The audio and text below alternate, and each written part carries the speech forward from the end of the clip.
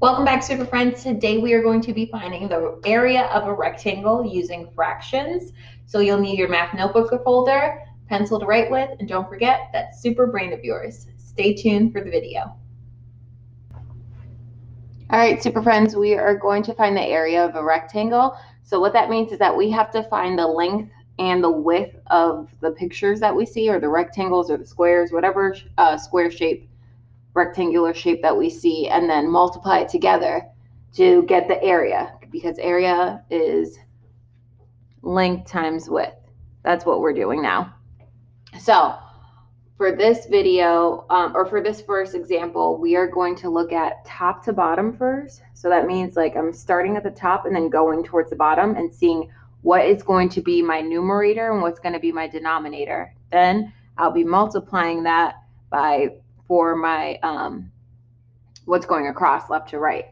The red will be left to right. So let's look at the blue first, top to bottom. Let's see how many top to bottoms I have. So I'm going to count the top to bottoms that have blue in it as my numerator. And then all of the top to bottoms will be my denominator. So from top to bottom, I have one that has blue in it, 2, 3, 4, 5, 6. So that's 6 on top out of 7, 8. So 8 total. That's what we're working with. Now going across, I'm still going to do the same thing that I did before. I'm going to go across now, left to right, and count the ones that are in blue, that have the blue shaded in for the original picture, and then get it out of the total amount of going across that we have. So I have 1 going across that's shaded in, 2 going across that's shaded in, 3 going across that's shaded in, 4 going across that's shaded in. So that 4 is going to be on top out of 5, 6, 7, 8, 9, 10 total. So now this is what I'm working with. So we have our first fraction, the blue fractions, is going top to bottom, and we had 6 of those top to bottom lines be colored in with the color like a shade, and it was 8 lines total. Whereas for the red, we had 4 shaded lines out of 10 lines total. So that's what we're looking at. So for us, to make this as easy for us in our brains, since we don't have to solve it, we're just going to see which of these fractions in our options can equal what we just found. So let's see how to do that first. So looking at A, I can't make this 6 turn to a 5 like what it's saying here, nor can I make the 5 turn to a 6. So that's not going to work. Neither is the 5 over 10. That's not going to work for us. There's no way that we can make that equivalent to the 6/8 over, or 6 over 8 times 4 over 8. That's not going to work for us. Now, what about part B? Part B says 4/10 times 6/8. That's our answer right there. We found that already. It equals the same thing. They might be in different areas. One might be before the other, but that doesn't matter. As long as it shows the same thing, then we're good. Now we need to see, okay, can I make this 3/5 look like a 6/8, or can I make this 3/5 look like a 4/10? To me, I really don't believe that we can, but we can try. So if I'm going to turn, let's start with the 1/2. The 1/2 might work better. Can I turn that 2 in the 1/2 into an 8? Yes, I can. I would multiply by 4, right? And whatever I did to the bottom, I would do to the top. So that would turn into 4 over 8. Is that what we have up there? No, it's not. So I guess C won't work then. Now we can also try to do it with the, to try to make it a 10. Whatever we do at the bottom, do to the top. So now up top, we're going to have 5, and then on the bottom is 10. Both of those, since neither of those work, that means C doesn't work for us. We don't want C. We don't want A, and we don't want C. Let's look at B, or sorry, D. D says 4 over 8 times 4 over 6. Automatically, I can see that that's not working because our denominators won't get us to 10. That's not really going to work for us. So that D won't be working, and I don't really have to try it out because it's clear. Now let's look at E. E is going to show the 3/4 times 2/5. How can I make that 4 turn into an 8? That's the one thing that I can see that might work. I would multiply by 2. Whatever I do to the bottom, do to the top. So now this turns into what? 6 on top, 8 on the bottom. So far that looks great. Let me check the other side. So the other side would have to equal 4 over 10.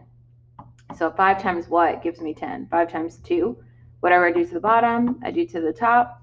And what do I get? 4 over 10. Okay, so E is our option. So far we only had B as in boy and E as in elephant. Let's go ahead and move on to the next example.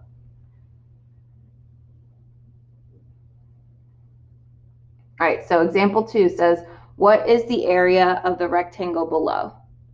Of course, pause this if you need to copy it, but we're going to keep going. All that thankfully, this already gave us what we needed, right? All we have to do is just solve it using our steps. It looks good to me. So step 1, we multiply across, if you remember. So I have to get my 8 times my 3 on top of my 12 times my 7. And then we can go ahead and get our answer. 8 times 3 equals 24. And then 7 times 12. Uh-oh, Miss Joyce, I don't remember that. That's okay. Get out your handy dandy area model. Let's multiply 70, 14, add those together. That gives you 84. So it's going to be 84. And then now, what are we going to do? Our step 2 is to get our factors for simplification. So factors of 24, and then factors of 84. All right, this is going to take some time. I know 1 times 24, 2 times 12, 3 times 8, 4 times 6. All right, so that's going to be it for all of our factors for 12. 5 won't work, 7 won't work, and then all those other numbers won't work. So let's go over to 84. So this one's going to take a little bit of thinking. What I want us to do is try to use the numbers we already see for the 24 and see if we can get it out of the 84. So 1 times 84 works, obviously. 2 would give me 42. So 42. 3, let's see if 3 would work. I would just have to go over here and solve. That gives me 2, 6, remainder 2, bring down the 4, that gives me 8. Solve it out, that's 0. So then that's 8. 3 times 28. Okay, now the next one, let's look at the 4. 4, let's see, 84 divided by 4. I believe that's going to give me 2, 8, 0, and then that's a 1. So bring down the 4, minus it out. Okay, so 4 times 21. All right, so far those are the only ones that are working right now. And if it doesn't work and we can simplify again, then we will. And so let's go ahead and start seeing which is the biggest number that we see here that we can divide by. All right, the biggest number that I see here is the 4. So let's see if we can divide by 4. So 24 divided by 4, 84 divided by 4. What does that give us? So on top we get 6. On the bottom, so that's on top we get 6. On the bottom we get the 21. 21. And let's see, can we divide again? If we divide again, what would be the number that we can divide again? I know 6 can be divisible by 1 and 6, 2 and 3. And that works. What about 21? This is the same thing that we were just doing before. I just made it smaller. 1 times 21, 3 times 7. Oh, so 3 works. So if we did 3, divide by 3 again, or sorry, divide by 3 now, this is when we have to simplify twice. So that 2 will go there, and then the 7 will go here. This is our final answer. So if it says what's the area for 8 over 12 times 3 over 7, our answer is going to be 2 over 7. This is our answer. Answer.